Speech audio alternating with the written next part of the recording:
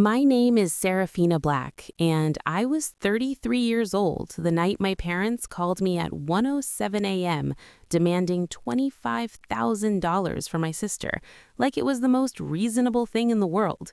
The sound of my phone vibrating on the nightstand cut through the quiet of my apartment like an alarm I couldn't shut off. I remember staring at the screen, half asleep, my heart already tightening before I even answered. It was my mother's name. Not a text, not a missed call, a full, deliberate ring in the middle of the night, the kind that tells you something is wrong or that someone has decided your peace doesn't matter. Serafina, my mother said the second I answered, not even bothering with hello.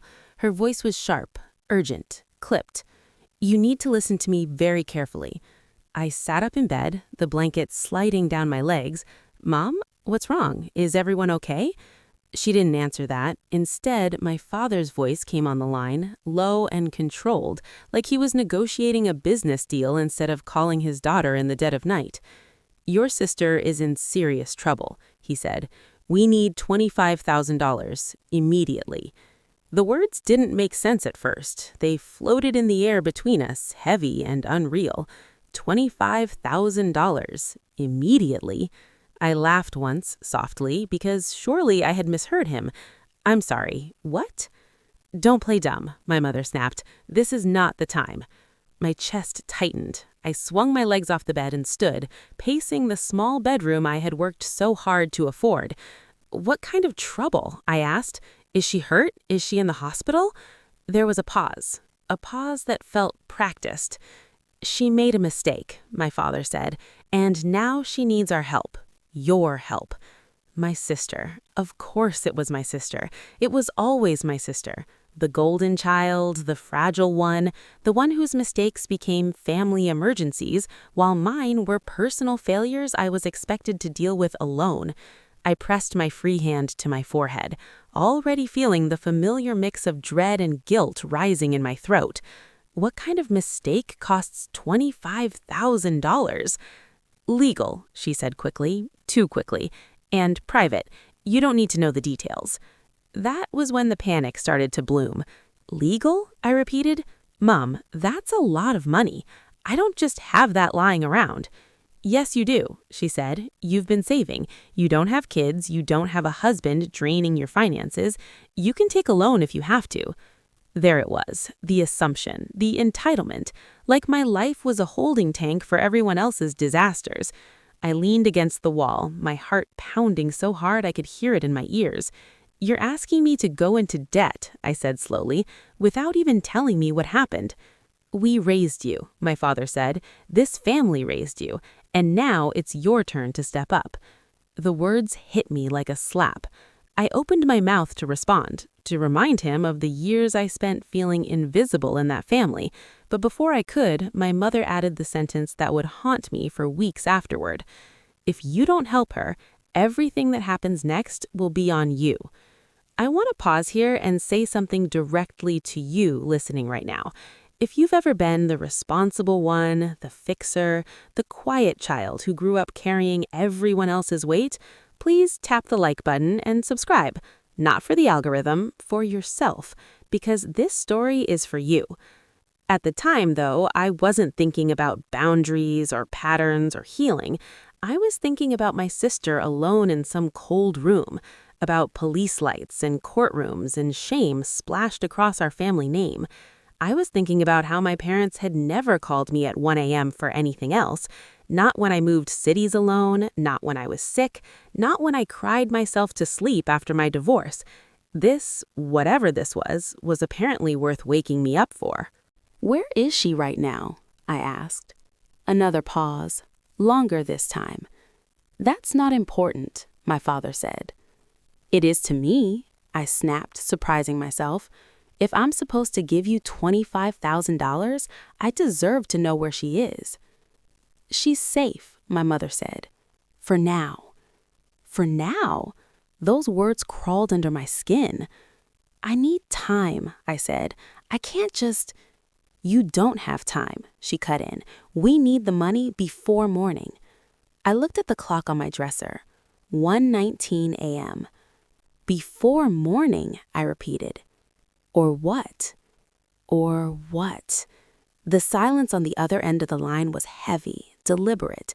Then my father spoke, and his voice was colder than I had ever heard it. Or the police get involved.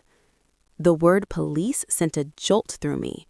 Wait, I said, I thought you said this was legal, but private. It is, my mother said quickly, but it could become public. My stomach twisted. Nothing they were saying lined up, but they were talking so fast, pushing so hard, that I barely had time to catch my breath. I need proof, I said. Something. A document, a lawyer's name. How dare you question us, my mother hissed, after everything we've done for you? There it was again, that phrase, everything we've done. I swallowed hard, memories flooding back, being 13 and cooking my own dinners while my sister cried over homework and got comforted. Being 21 and paying my own tuition while they co-signed a car loan for her. Being told I was strong when what they really meant was convenient. I'm not saying no, I said carefully. I'm saying I need clarity. You're selfish, my mother said. This is why family doesn't rely on you. The line went dead. I stood there in the dark, phone pressed to my ear, staring at nothing. My hands were shaking. My heart felt like it was trying to claw its way out of my chest. I told myself to breathe, to think logically. $25,000, before morning, no details, no proof, just fear and guilt wrapped in parental authority. I sat back down on the bed and opened my banking app, even though I already knew the numbers. Yes, I had savings. I had worked relentlessly for them, skipped vacations, lived in a smaller apartment than I could afford, told myself it was for security, for peace. And now, in one phone call, my parents were trying to drain it dry. I stared at the screen, doing the math, calculating loans, interest rates, consequences.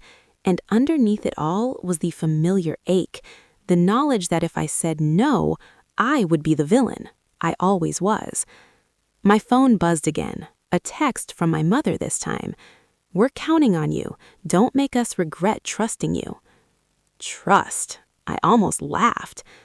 I was halfway through typing a response, something reasonable, something calm, when another call came through. Unknown number. I frowned. It was nearly 2 a.m. Who else would be calling me? For a brief second, I wondered if it was my sister finally reaching out herself. I answered. Ms. Black, a male voice said. Yes? This is Officer Daniel Ruiz with the City Police Department. My breath caught. The police? I said. Yes, ma'am. I'm calling in regard to your sister. The room seemed to tilt. My knees went weak, and I sat back down hard on the bed. What about her? There was a pause on his end, too, but this one felt different, not rehearsed, careful. He said, Before I continue, I need to ask, have your parents contacted you tonight? My heart slammed against my ribs. Yes, I said slowly. They just did. They said she was in trouble. They asked me for money. Another pause, longer than the last. How much did they ask for? I swallowed. $25,000. I heard him exhale. Okay, he said. I need you to listen to me very carefully, Ms. Black. The words mirrored my mother's from earlier, but the tone couldn't have been more different. Calm, professional, grounded. Your sister is not in police custody, he said, and there is no legal fee requiring payment tonight. My head started to spin. What do you mean? He said gently, I mean that something about what you've been told doesn't add up. My phone buzzed again in my hand. Another text from my mother. Have you transferred the money yet? My chest tightened as the pieces began to shift, slowly, horribly, into a shape I didn't want to see. Officer, I whispered, why are you really calling me? There was a beat of silence on the line before he answered. Because, he said, We received a report earlier tonight involving your parents, and your name came up. My heart dropped into my stomach. And that was the moment I realized this wasn't about my sister needing help at all. It was about something much darker, something that was already in motion, whether I cooperated or not. Because, the officer repeated calmly, we received a report earlier tonight involving your parents, and your name came up. I pressed my palm against my chest, as if I could physically slow my heart down. My name? How? My voice sounded thin, far away, like it belonged to someone else. There was a call placed to emergency services, Officer Ruiz said, a welfare-related concern. During that call, your parents mentioned you as a potential financial guarantor. Financial guarantor. The words felt clinical, detached, nothing like the fear-soaked urgency my parents had poured into my ears less than an hour earlier. I don't understand, I said. They told me my sister was in legal trouble, that she needed money immediately. Yes, he said carefully, that's what I was hoping you'd tell me. I stared at the wall across from my bed, the framed photo I'd hung there crooked, the one of me smiling on a beach trip I'd taken alone after my divorce. I suddenly felt very far away from that woman. So she's not arrested? I asked. No, ma'am. Injured? No. In hiding? The words came out sharper now, edged with something like anger. No. I closed my eyes. Then why did they tell me the police would get involved if I didn't send the money? There was a pause. Not awkward, thoughtful. Miss Black, he said, I need to be transparent with you. Your parents are currently at your sister's residence. They contacted us claiming there was a domestic disturbance and that they feared for her safety. When officers arrived, your sister denied being in danger and denied asking for money. She appeared confused by the situation. The room went silent except for the low hum of my refrigerator in the next room. She denied asking for money? I repeated. Yes, but my parents said, I know what they said, he interrupted gently. That's why I'm calling you directly. We're trying to understand why your parents escalated the situation the way they did. My phone buzzed again. Another message. Why aren't you answering? Do you want your sister's life on your conscience? My hands started to shake. Officer Ruiz, I said, are you saying they lied to me? I'm saying, he replied, that there is no official reason for you to transfer any money tonight, and I would strongly advise you not to. The air felt thick, hard to breathe through. Lies, the word echoed in my mind, bumping into old memories, old conversations that suddenly felt different under this new light. So then why did my name come up? Why would they tell you about me? Because, he said slowly, they insisted you were financially responsible and that you had previously agreed to help. A bitter laugh escaped my throat before I could stop it. Of course they did. Have you agreed to help? He asked. No, I said. The word felt strange and powerful on my tongue. I didn't even know what was happening. I understand, he said. Look, this isn't a criminal matter at this point, but it is concerning, and I wanted to make sure you weren't being pressured under false pretenses. I looked down at my phone, at my mother's last message glowing on the screen like a threat. You have no idea, I whispered. Miss Black, he said, may I ask you something personal? I hesitated, then nodded, even though he couldn't see me. Okay. Is this kind of pressure normal for your family? The question cracked something open inside me. Images flashed through my mind. My parents standing in my kitchen years ago, asking me to co-sign a loan for my sister's failed business. My mother crying when I said I couldn't lend her my emergency fund. My father reminding me how much easier my life was compared to everyone else's. It all lined up now, like dots I had refused to connect. Yes, I said quietly. It is. He exhaled.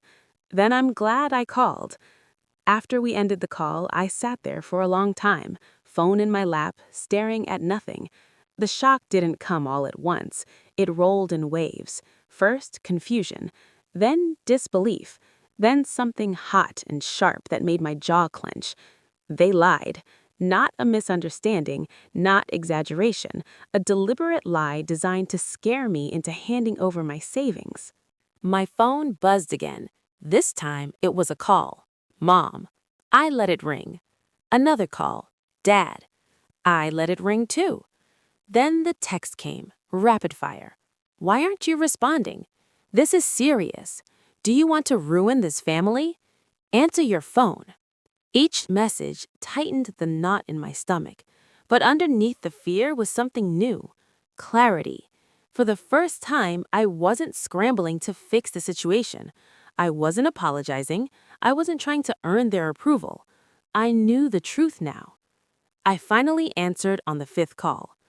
What is wrong with you? My mother demanded immediately. Do you know what kind of position you're putting us in? I just spoke to the police, I said. The silence on the other end was instant, heavy, deafening. You did what? My father asked. I spoke to Officer Ruiz, I said, my voice steadier than I felt. He told me my sister is not in legal trouble. He told me there is no fee. And he told me you told the police I agreed to help financially. My mother scoffed, but it sounded forced. Of course the police would say that. They don't know the full story. Then explain it to me, right now. No pressure, no threats, just the truth. There was a beat. Then my mother sighed dramatically. Your sister is overwhelmed, she said. She's emotional. She said things she didn't mean.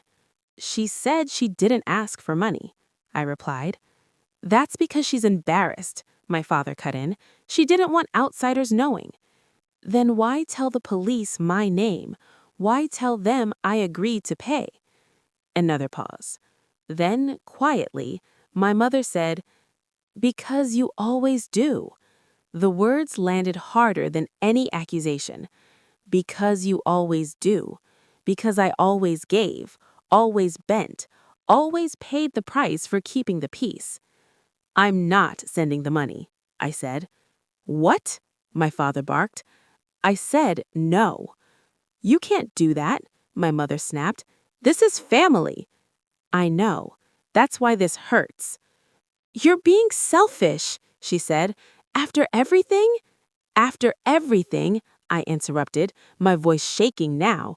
You lied to me. You scared me. You tried to manipulate me into giving you $25,000 at 1 in the morning. This is not manipulation, my father said coldly. This is responsibility. No, I said. This is abuse. The word hung in the air between us. I'd never said it out loud before. My mother gasped like I'd slapped her. How dare you? After all we've sacrificed? I'm done paying for sacrifices I never asked for. My sister's voice suddenly came on the line. Serafina? My breath caught. Are you okay? I asked. I'm fine, she said slowly. What's going on? I closed my eyes. Of course she didn't know. Or maybe she did. Maybe she just pretended not to. Mom and Dad said you needed money. They said you were in trouble. What? She said. I never said that. My mother cut in quickly. You're misunderstanding. No, I'm not. My sister was quiet for a moment. Then she said, they told me you'd help.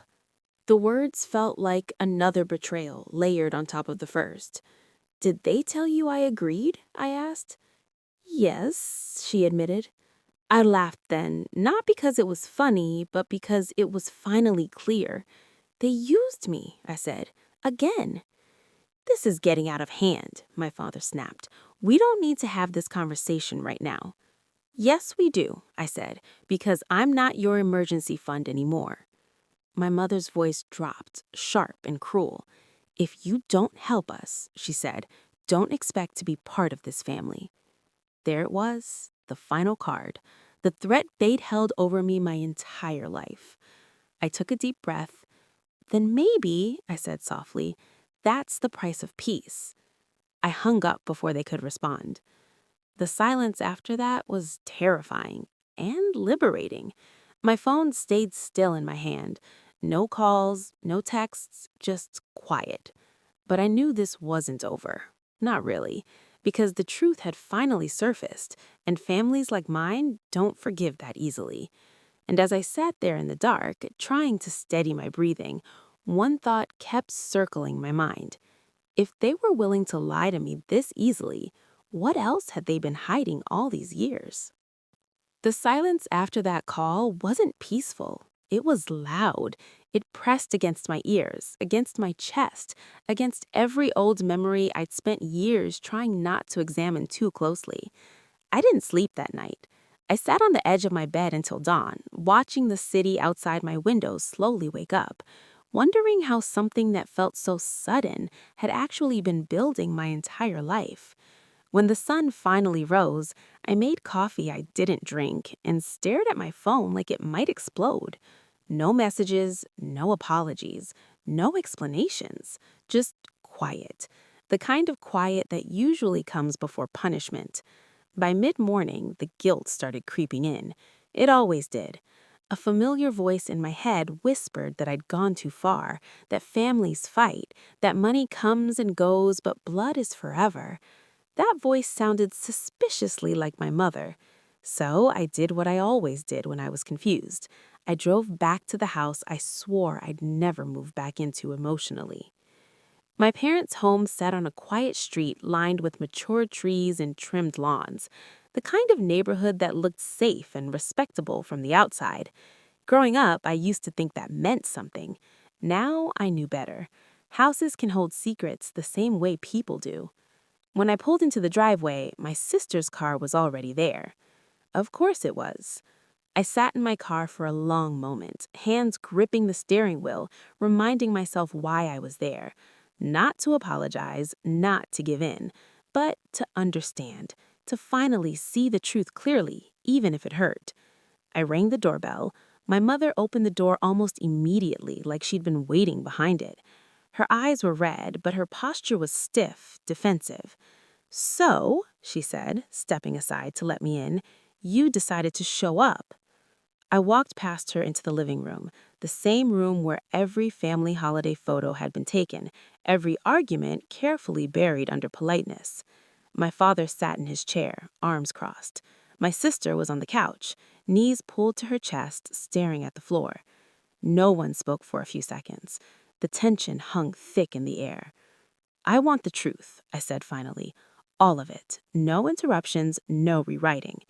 You always think you're entitled to explanations. And you always think you're entitled to my money," I shot back. My sister looked up then. "This isn't fair," she said quietly. I turned to her. "Then help me understand."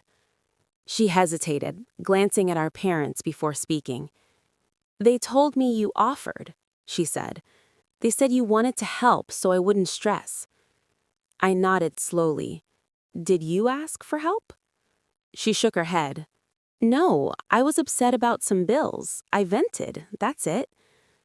"Bills," I repeated. "What kind of bills?" My mother jumped in.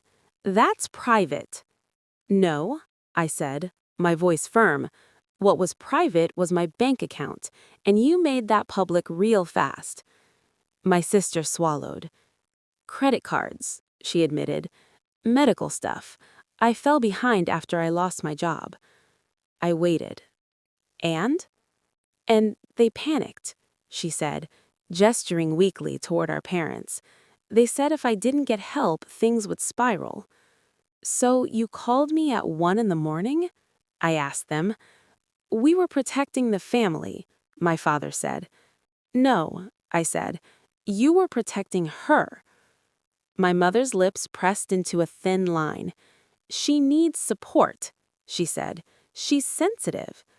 I laughed once, bitterly. "And what am I?" They didn't answer. I looked around the room, suddenly flooded with memories. Me, at 16, packing my own lunches while my sister cried about a bad grade. Me, at 24, calling home in tears after my marriage started falling apart. being told to be strong. Me, always strong, always capable, always expected to absorb the impact so no one else had to. "You didn't just lie to me," I said quietly. "You tried to scare me into submission." My father stood up. "Watch your tone." "No," I said. "I've watched it my whole life." My sister finally spoke again.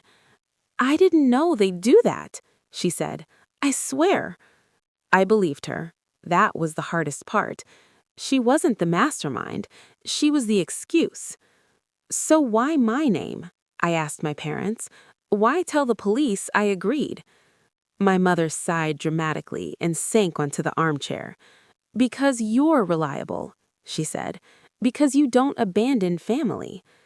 I felt something inside me crack. Not break, but shift.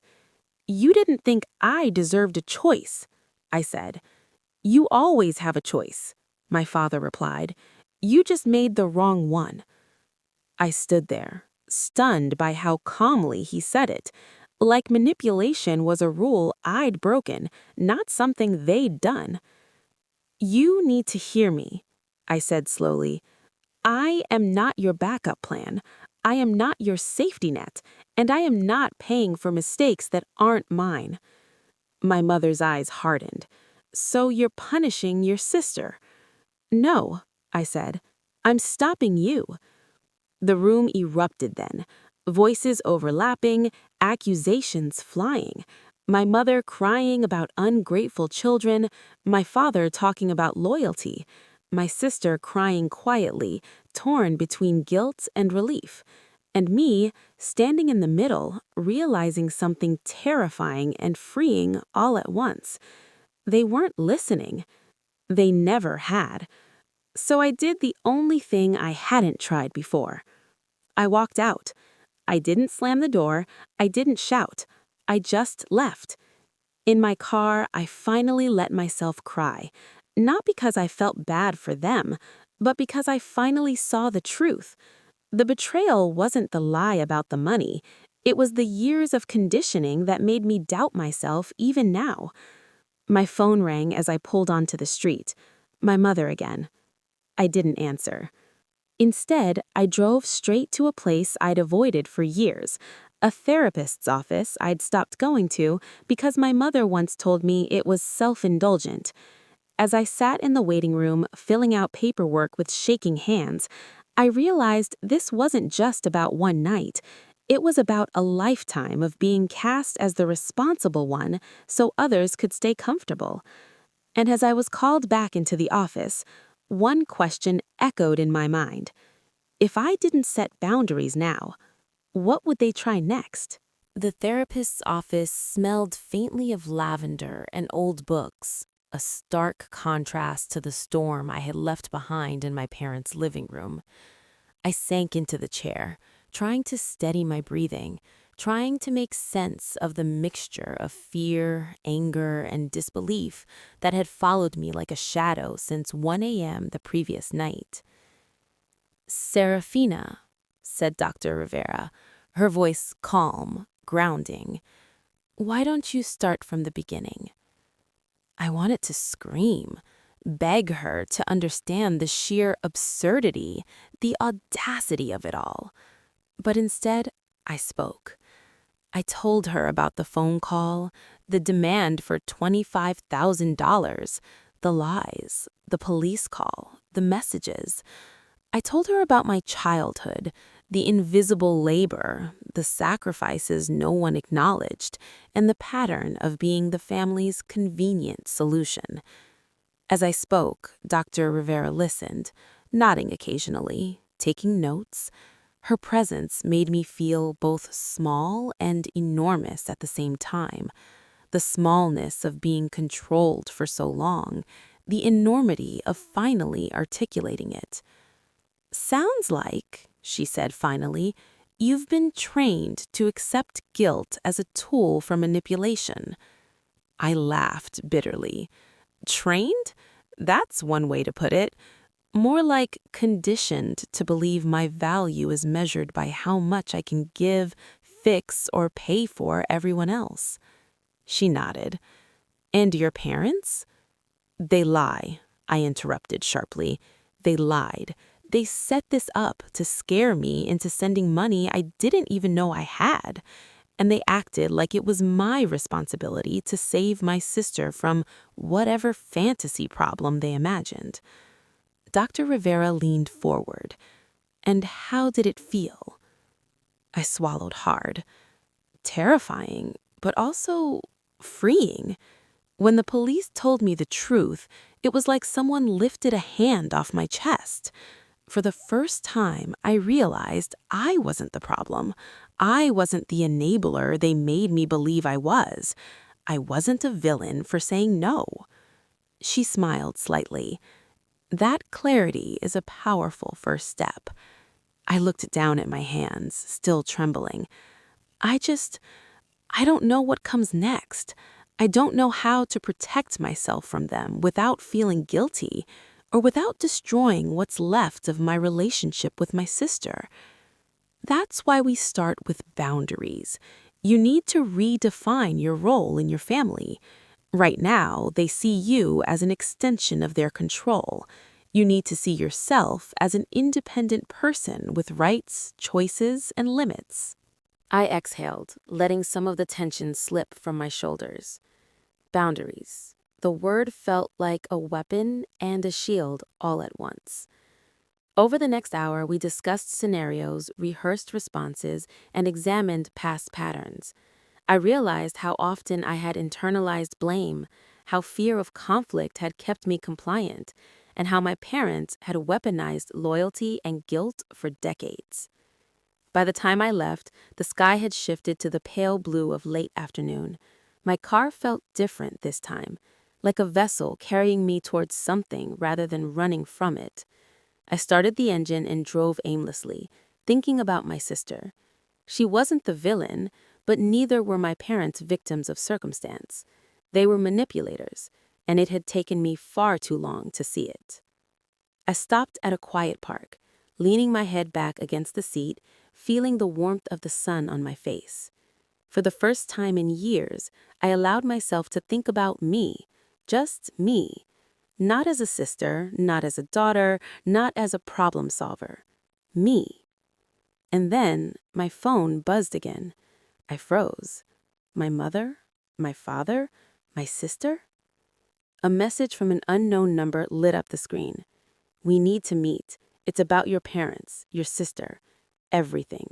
Tonight. My heart raced. I stared at the words.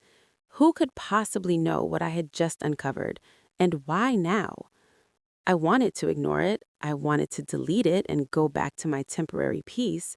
But curiosity, that dangerous and relentless force, pushed me to open it. The message continued. Don't involve anyone else. Meet at the address attached. No one can know you're coming.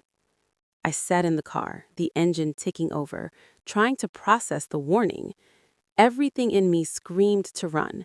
Everything else whispered that this might be the key to the full truth, the part my parents had buried under lies and control for decades. The address was a small cafe downtown, one I had never visited before. My mind ran through possibilities. A friend? A stranger? A threat? Or someone who finally wanted to reveal what really happened with my family.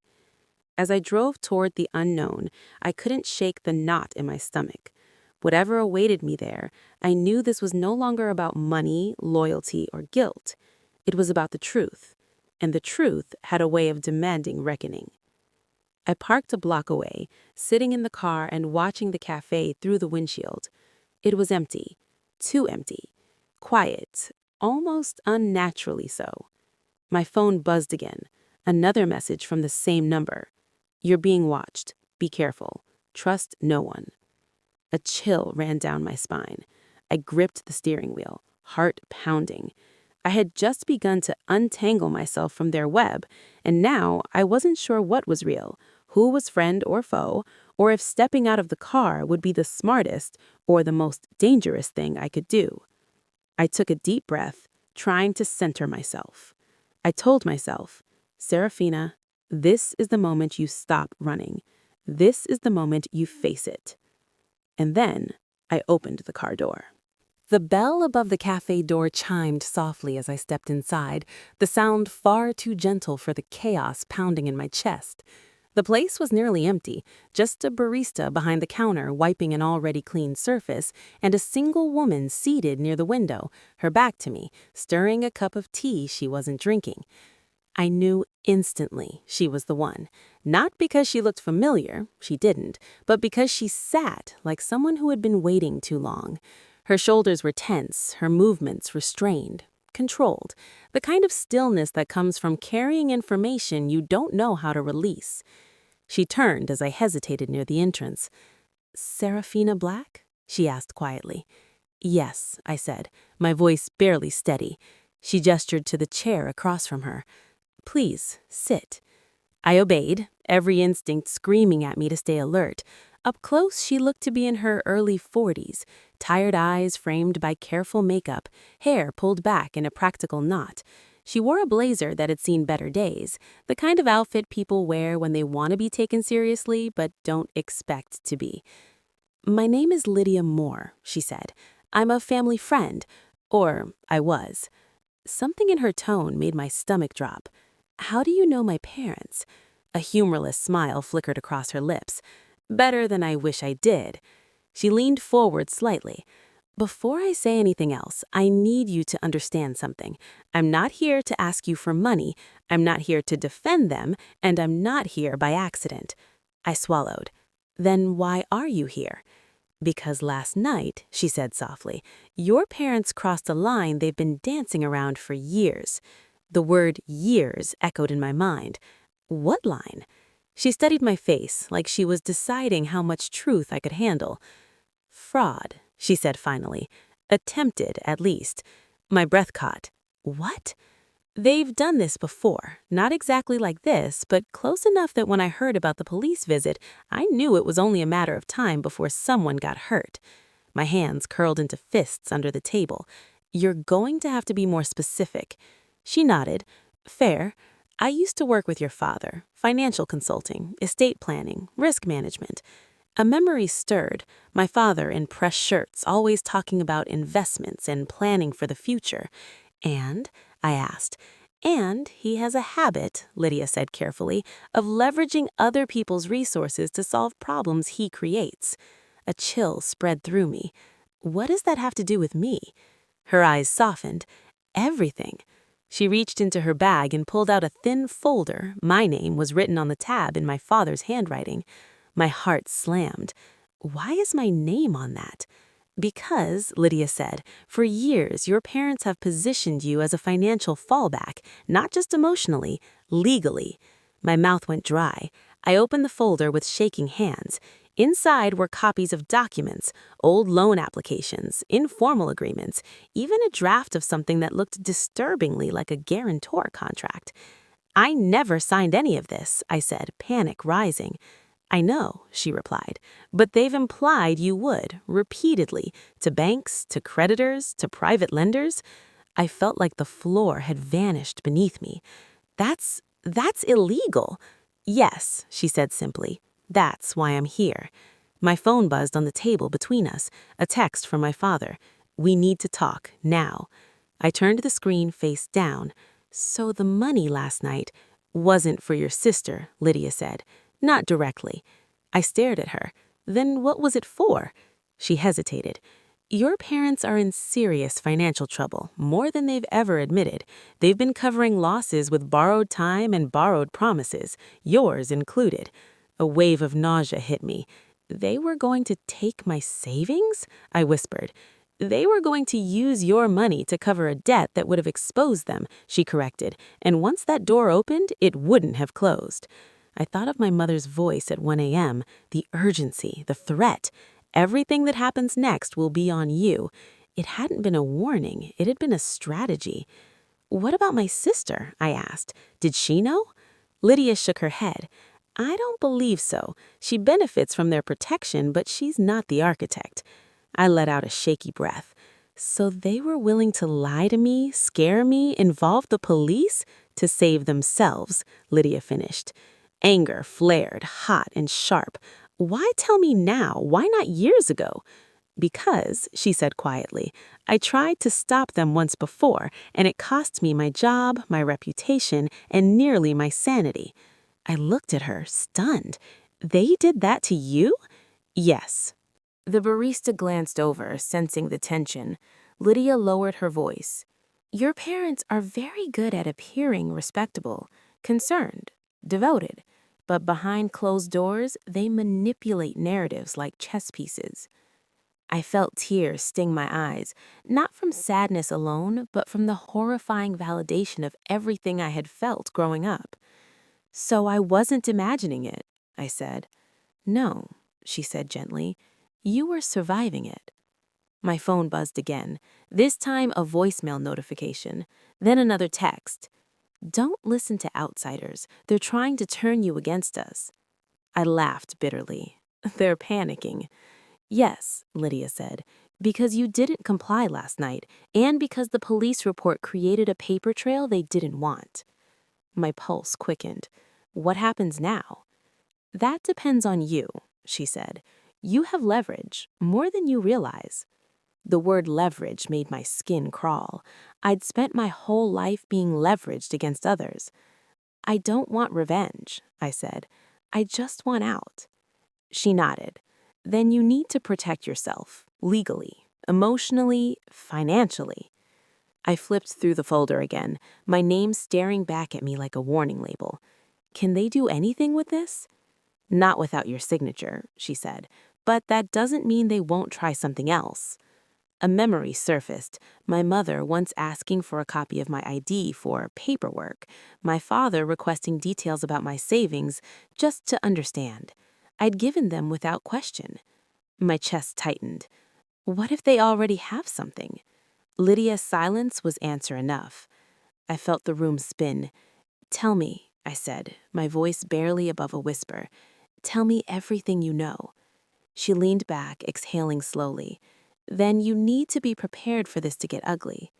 Uglier than lying to your daughter at 1 a.m.? I asked. Yes, she said, because once you stop playing your role, the story they tell about you will change. I thought of my mother's words, don't expect to be part of this family. I saw it clearly now. Love had always been conditional. Compliance had been the price. My phone buzzed again. This time it was my sister. I stared at her name on the screen, my heart twisting. I don't know if I can do this, I admitted. Lydia's gaze softened. You already are. I declined the call. Outside, the sky had darkened, clouds rolling in like a warning. I felt like I was standing at the edge of something irreversible. If I walked away now, I could still pretend this was just a misunderstanding. But if I stayed, if I listened, there would be no going back. Lydia closed the folder and pushed it toward me. Your parents believe you'll eventually cave. They're counting on guilt to finish the job. I swallowed hard. They don't know me anymore. A faint smile touched her lips. No, she said, they don't. But as I gathered the folder and stood to leave, one terrifying thought followed me to the door. If my parents had been preparing to use me financially for years, what else had they already put in motion without my knowledge? And how far would they go now that I was no longer cooperating? I didn't drive home right away. Instead, I sat in my car outside the cafe, the thin folder resting on the passenger seat like something alive, something watching me. Lydia's words replayed in my head over and over. They've been positioning you as a fallback, legally. Every memory I had dismissed as harmless suddenly felt sharp. Requests for documents, casual questions about my savings, jokes about how responsible I was. It wasn't affection, it was inventory. My phone buzzed again, my sister, for the third time. I finally answered. Where are you? She asked, her voice tight. Out, I said, processing. They're freaking out, she said. Mom's crying, Dad keeps pacing. They say someone's poisoning you against them. I laughed softly, exhausted. Let me guess, they didn't say who. No, she admitted, but Sarah, did you really talk to the police? Yes. And you're not sending the money? No. Silence stretched between us. I didn't know, she said finally, about any of this. I believe you, I said. And I did. That was the tragedy of it. She was protected by the same system that crushed me. They said you're trying to destroy the family, she whispered. That family was already broken. I just stopped pretending I could fix it. She inhaled sharply. They want you to come back tonight to talk it out. I glanced at the folder, at my name, at the proof I'd never known existed. That wouldn't be safe for me, I said. For them, she corrected quietly. That was the moment I knew she was starting to see it too. I need you to listen to me, I said. Whatever they ask you to say, don't. Don't sign anything. Don't promise anything. And if they ask about my finances, tell them nothing. You think they'd do that? She asked. I know they would. She didn't argue. When I got home, my voicemail was full. Messages from my parents stacked like emotional invoices. You're overreacting. This is what family does. You're embarrassing us. You're being influenced. And then the last one from my father, low and threatening. You don't understand what you're risking. I deleted them all. The next morning, I met with a lawyer. By noon, my world had shifted again. Your instincts were right, the attorney said, flipping through the copies Lydia had helped me organize. This isn't just manipulation, it's coercive financial abuse. The word abuse landed differently this time, heavier, real. Could they have taken money without my consent? I asked. Not legally, but they could have tried to pressure you into signing something under duress or misrepresented your intent to creditors. Either way, you were being set up. I felt sick. What do I do now? You protect yourself, he said. We lock down your accounts, credit freeze, written notice, and boundaries, formal ones. Formal boundaries. The idea terrified me more than confrontation ever had. By evening, my parents showed up at my apartment. I knew it was them before they knocked. My mother knocked twice, soft, then hard, like politeness followed by entitlement. I didn't open the door. Serafina, she called through the wood, her voice syrupy, we just want to talk. You've done enough talking, I replied calmly. My father's tone hardened. Open the door. No. My mother started crying, loudly, performatively. I can't believe you're doing this to us. I leaned against the door, heart racing, but I didn't give in. You involved the police, my father snapped. Do you know how that looks? You involved them first, I said.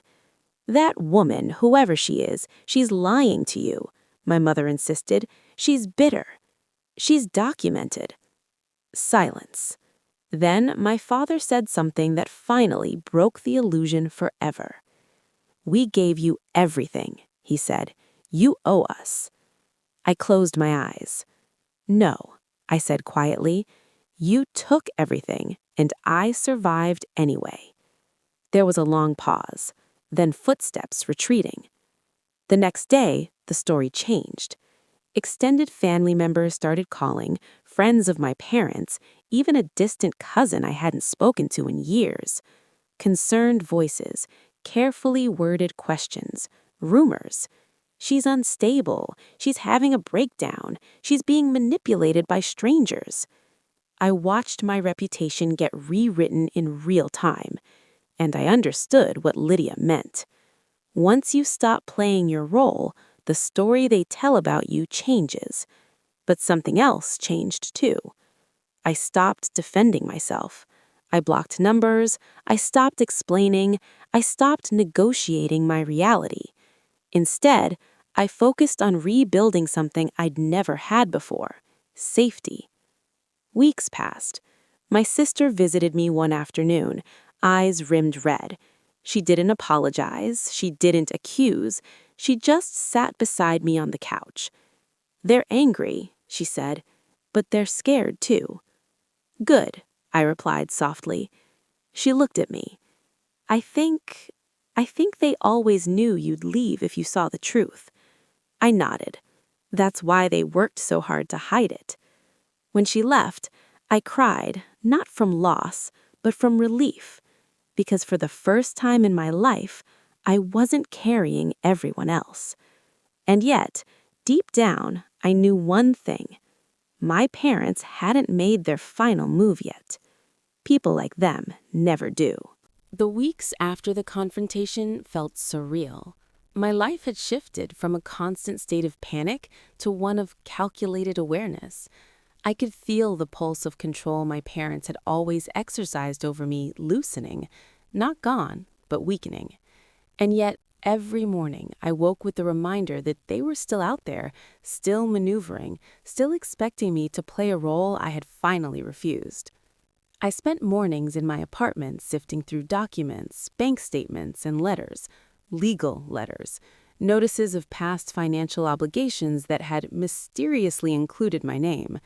My lawyer's words echoed in my mind. Coercive financial abuse isn't always obvious. It's hidden, incremental, and calculated. By midday, I realized I had to reclaim not just my finances, but my peace. I froze all joint accounts, updated passwords, set up alerts, and documented every unusual contact, every call, every message. I became meticulous, almost obsessive, but I didn't care. For the first time, I wasn't doing it for anyone else. I was doing it for me. And yet, no matter how secure I felt, the tension never completely lifted. My phone buzzed constantly, unknown numbers, emails, even messages from blocked accounts. Most I ignored, but some required careful navigation. Then came the day my parents appeared at my apartment building, not in person, but through the lobby camera caught by the building's security system. They lingered, looking up at the windows like predators circling a cage. I didn't panic. I simply documented it, notified my lawyer, and sent a stern message. "Do not approach me. Legal action will follow if you do." That evening, as the sky turned a bruised purple and the city hummed below, my sister called. "Serafina, they're planning something," she said quietly. "Mom and Dad, they think they can still manipulate you." I leaned against the window, watching cars stream past. "Then let them try, because I've already seen the truth, and I won't be fooled again." She hesitated. "I'm scared for you." I closed my eyes. "I know, but this isn't about them scaring me anymore. It's about protecting myself, setting boundaries, living my life on my own terms." We didn't speak for long after that, but the quiet that followed felt different, less oppressive, less weighted with expectation. I realized I was learning a new language, the language of self-preservation, the grammar of saying no without guilt. The next week brought an unexpected twist. My lawyer called. "Serafina, we've uncovered additional evidence. Your parents have been misreporting your financial contributions to multiple institutions. If you choose, we can confront them formally." I stared at the ceiling.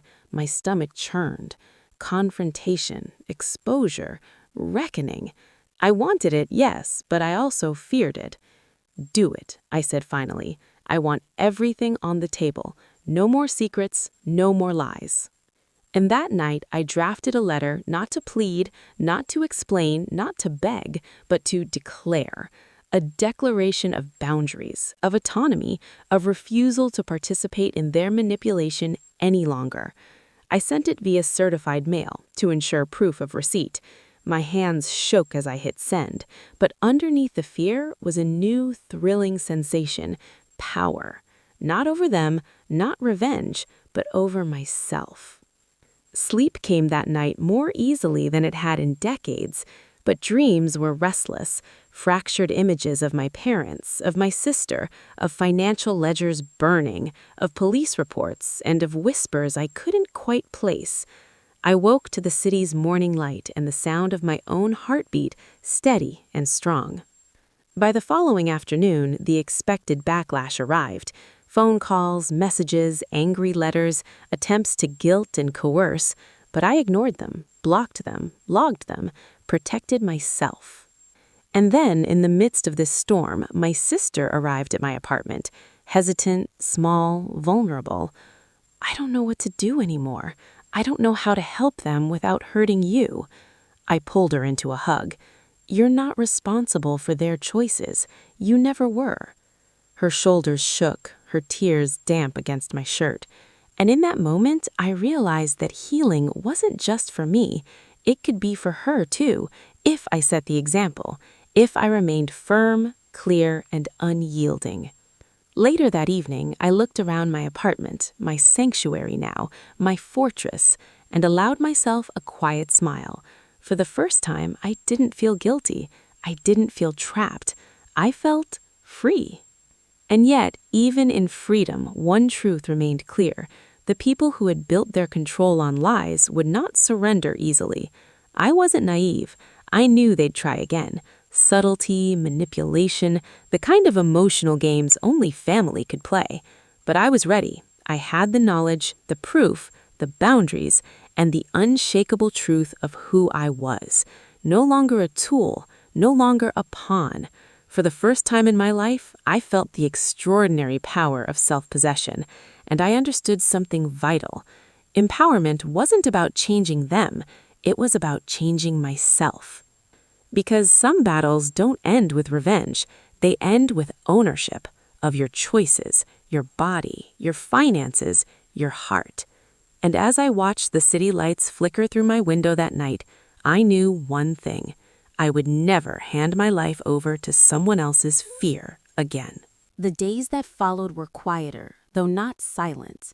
My parents tried everything, the calls, the texts, the messages disguised as concern, but I remained unmoved. Each attempt to manipulate me only reminded me how far I had come. The fear that had once ruled my life had no place here. I had claimed my power, my boundaries, and my peace. My sister began visiting more often, not because my parents instructed her, but because she wanted connection, without the lies, without the manipulation. We cooked meals together, shared long walks through the city streets, and slowly rebuilt a sisterhood that had been buried under decades of family dysfunction. She learned from my example that saying no was not betrayal, that refusing to be used was not unlove, and that protecting oneself was the first step to protecting others. I also sought therapy regularly. Each session peeled back layers of guilt and self-doubt, revealing a resilience I had never acknowledged. I journaled relentlessly, mapping out every memory, every pattern of control, every subtle manipulation my parents had imposed. Writing it down made it tangible, visible, something I could face and manage. It was empowering to name the abuse, to see it for what it was, and to understand that it wasn't my fault. Not then, not ever. Then came the legal steps. Letters drafted, notices sent, accounts secured. I felt a strange satisfaction in this meticulous defense of myself. The law was no longer abstract, it was my ally. I had documents proving my autonomy, and I knew that any future attempts by my parents to manipulate or pressure me would face barriers I controlled. For the first time, I understood the quiet power of legal boundaries. They were shields, not cages. Despite all this, the emotional toll lingered. Some nights I cried for the family I had never fully had, for the trust I had given that was broken, for the years I spent carrying the burden of their choices. But even those tears were different. They were not about helplessness. They were about recognition and release. I was mourning the illusion of a family that had never truly existed as I imagined it. Months later, I walked into a small art gallery downtown, a quiet refuge where I could lose myself in color and form. I felt lighter than I had in years. I had reclaimed my life, my finances, my voice. I had confronted my parents and held firm, even as they tried to bend me back into submission. I had discovered that empowerment wasn't about controlling others, it was about claiming your own life, your own space, your own truth. My sister walked beside me, smiling softly. "You've changed," she said. I think we can finally start over." "Yes," I said, looking out at the paintings, the lights spilling across canvases like hope. "We can start over, but this time we start with boundaries, with honesty, with trust that isn't demanded but earned." And in that moment, I understood the final truth. Freedom doesn't mean forgetting. Freedom means remembering, learning, and never allowing anyone to diminish your worth again. I had inherited no fortune, no secret windfall, but I had inherited something far greater: knowledge, courage, and the unshakable conviction that I am not anyone's property. I am Serafina Black, and I decide my life, my money, my love, my boundaries, my family, my peace. I looked out at the city skyline as the sun dipped below the horizon. The lights glimmered, each one a tiny beacon in a vast, complex world. I smiled, feeling an unfamiliar calm. And then I asked myself, and now I ask you, my audience, have you ever had to reclaim your life from people who pretended to love you while manipulating you? How did you find your boundaries and your peace? Share your story in the comments.